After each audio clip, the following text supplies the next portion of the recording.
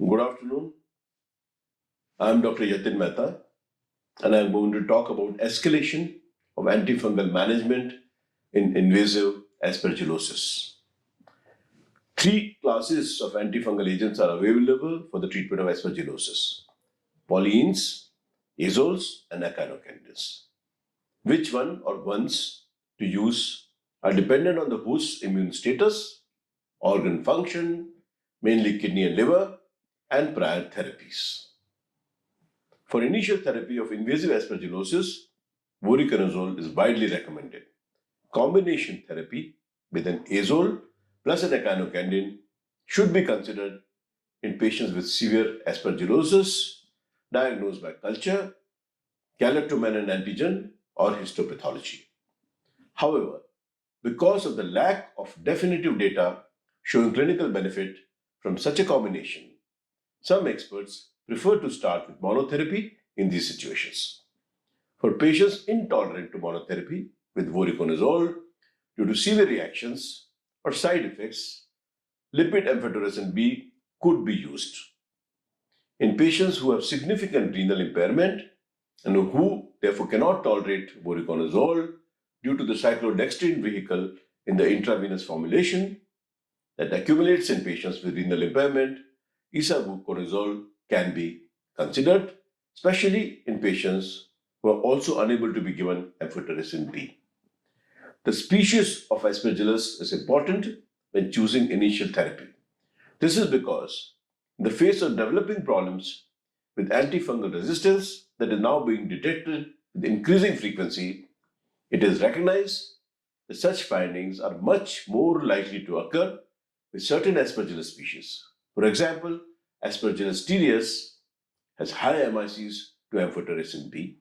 Accordingly, again, combination therapy, for example, an azole and an echinocandin, may be considered for infection caused by this species.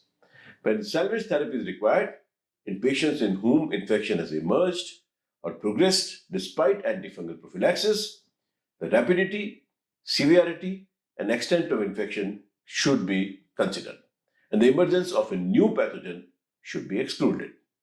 The approach to such patients must include altering the antifungal regime and ideally doing so by changing the class of antifungal, reducing immunosuppression whenever it is possible, and achieving source control. For example, by surgical resection of necrotic lesions in some cases. For salvage therapy in patients who do not respond to monotherapy with voriconazole, isavuconazole, or liposomal amphotericin B combination antifungal regime is frequently considered.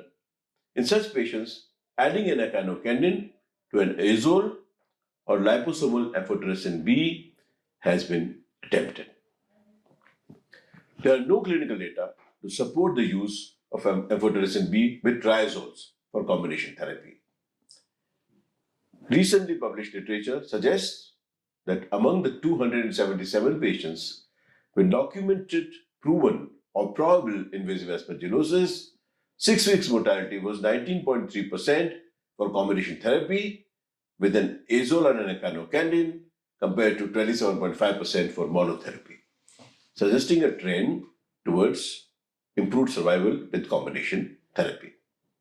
However, the fact that this trend was not non-significant to survival raises questions about the overall efficacy of such combination approaches. Without clearly documented replicable evidence of superiority, the clinician faced with such difficult problems must weigh the risks and benefits of giving two drugs based upon an individual assessment of potential toxicities, severity of disease, and degree of immunosuppression. Furthermore, there are also as practical considerations to think about, and these include the cost and the feasibility of such combination intravenous therapy. There are no clinical data to support the use of amphotericin B with triazoles for combination therapy. One of the concerns about such an approach is the possible reduction of amphotericin B binding to fungal membranes due to azole inhibition of the ergosterol biosynthetic pathway.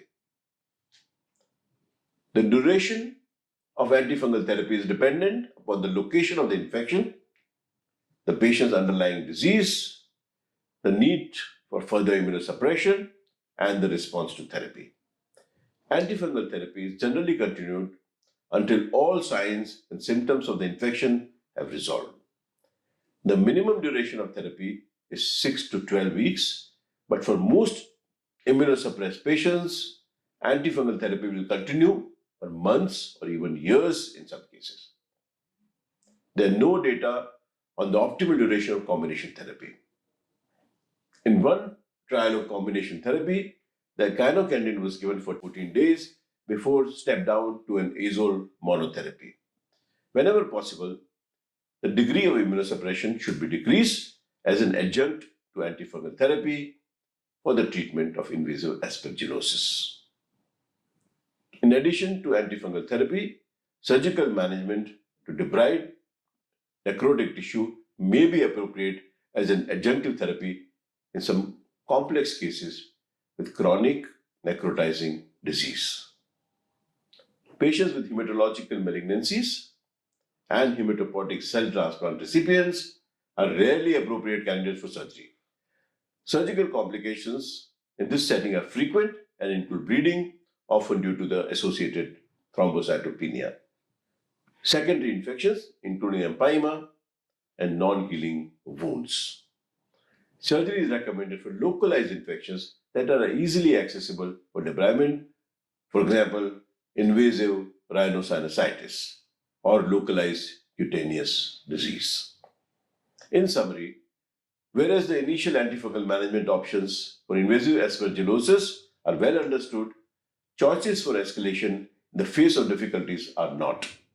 Whereas it appears that combination treatments, at least initially, with drugs such as azoles and echinocandins might be helpful, further evidence is needed from good trials to determine the optimum drug selections for such combinations, including their dosages and durations of treatment. Thank you.